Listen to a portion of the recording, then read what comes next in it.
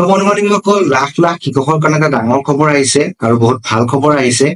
মানে এতিয়াৰ পৰা কৃষকসকলে বছৰি 12,000 টকাকে পাব।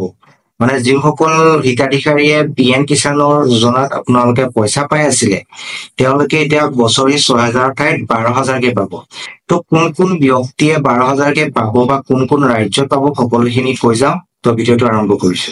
তো বন্ধুসকল আপোনালোকে নিশ্চয় বাতৰিত পাইছে যে এতিয়াৰ পৰা কৃষকসকলে বছৰি 12,000কে পাব। তো কথা হল কোন কোন ব্যক্তিয়ে পাব, মানে কোন কোন ৰাজ্যত পাব। এইটো হৈছে আপোনাৰ মধ্যপ্ৰদেশতে পাব। মানে আপুনি মধ্যপ্ৰদেশত যিসকল ব্যক্তিয়ে PM কিষাণ যোজনাত পইচা পাই আছিল তেওঁলোকেহে আপোনাৰ মানে বছৰি 12,000কে পাব। মানে কি হল আপোনাৰ মধ্যপ্ৰদেশত অকল PM কিষাণ নহয়, CM কিষাণো চলি আছে। মানে মুখ্যমন্ত্ৰী কৃষি কল্যাণ এটা যোজনা চলি আছে যাৰ থ্ৰুত আৰু 2,000 টকাকে পাব। মানে আপোনাৰ PM কিষাণত 2,000কেতো পায়ে আছে, তাৰ লগতে আপোনাৰ যিখন CM কিষাণ মানে মুখ্যমন্ত্ৰী কিষাণ যিখন আপোনাৰ যোজনা আছে তাৰ থ্ৰুৱেদিও আপুনি আৰু 2,000 পাব।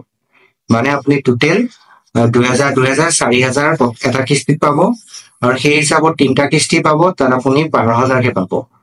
কিন্তু বাকী বিলাক মানে যিবিলাক ৰাজ্য আছে তাত কিন্তু আপোনাৰ 2,000কে দি আছে কিস্তি এটা, আৰু আপোনাৰ 3টা কিস্তি সোমাব, মানে আপুনি 6,000কে পাব।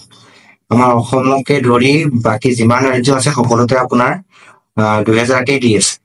আৰু এই জুন মাহতে আপোনাৰ যিটো কিস্তি পাবলগীয়া আছে কৃষকসকলে পাই যাব। মানে কি হ'ল বাতৰিত আপোনালোকৰ ভালকে বুজি নাপাব, আপুনি আহিব মই 12,000কে পাম, কিন্তু নহয় 6,000কে পাব। মানে মধ্যপ্ৰদেশতে মানে এইটো যোজনা চলি আছে।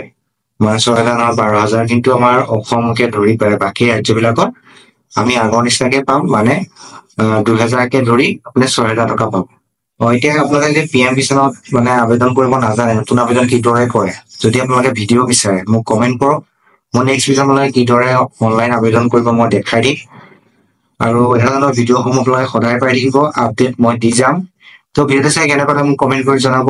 যদি চেনেলটো নতুন আছে ছাবস্ক্ৰাইব কৰি যাব, তেনেহ'লে ভিডিঅ' সদায় পাই থাকিব। আজিলৈ ভিডিঅ' মানে আছিল, তো আজিলৈ বাই বাই।